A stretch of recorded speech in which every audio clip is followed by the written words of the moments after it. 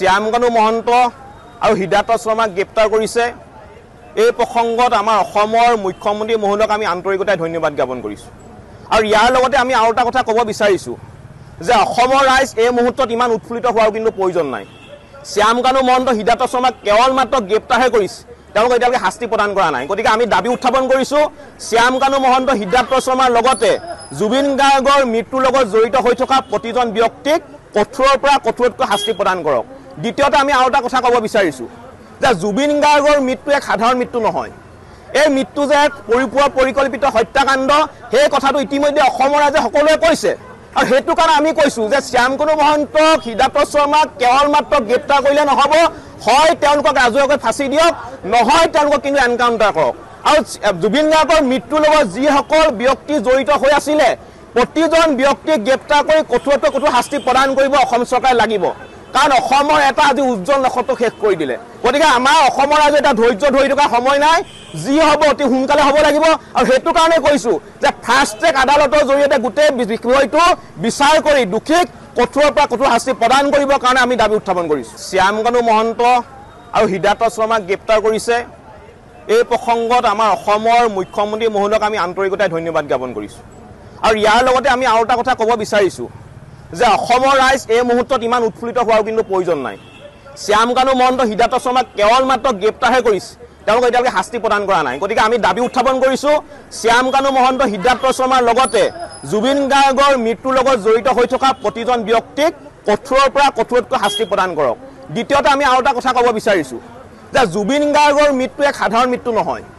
এই মৃত্যু যে এক পৰিকল্পিত হত্যাকাণ্ড, সেই কথাটো ইতিমধ্যে অসমৰ ৰাইজে সকলোৱে কৈছে। আৰু সেইটো কাৰণে আমি কৈছোঁ যে শ্যামকানু মহন্তক হৃদায়ত শৰ্মাক কেৱল মাত্ৰ গ্ৰেপ্তাৰ কৰিলে নহ'ব, হয় তেওঁলোকক ৰাজহুৱাকৈ ফাঁচি দিয়ক, নহয় তেওঁলোকক কিন্তু এনকাউণ্টাৰ কৰক।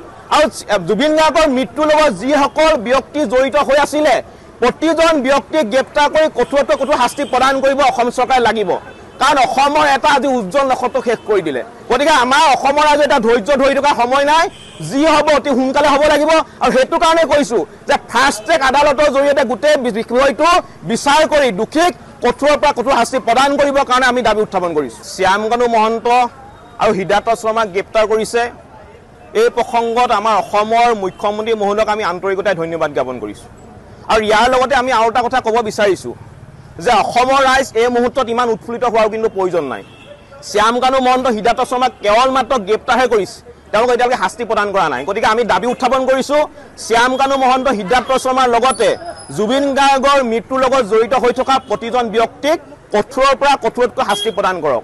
দ্বিতীয়তে আমি আৰু এটা কথা ক'ব বিচাৰিছোঁ যে জুবিন গাৰ্গৰ মৃত্যু এক সাধাৰণ মৃত্যু নহয়। এই মৃত্যু যে এক পৰিকল্পিত হত্যাকাণ্ড, সেই কথাটো ইতিমধ্যে অসমৰ ৰাইজে সকলোৱে কৈছে।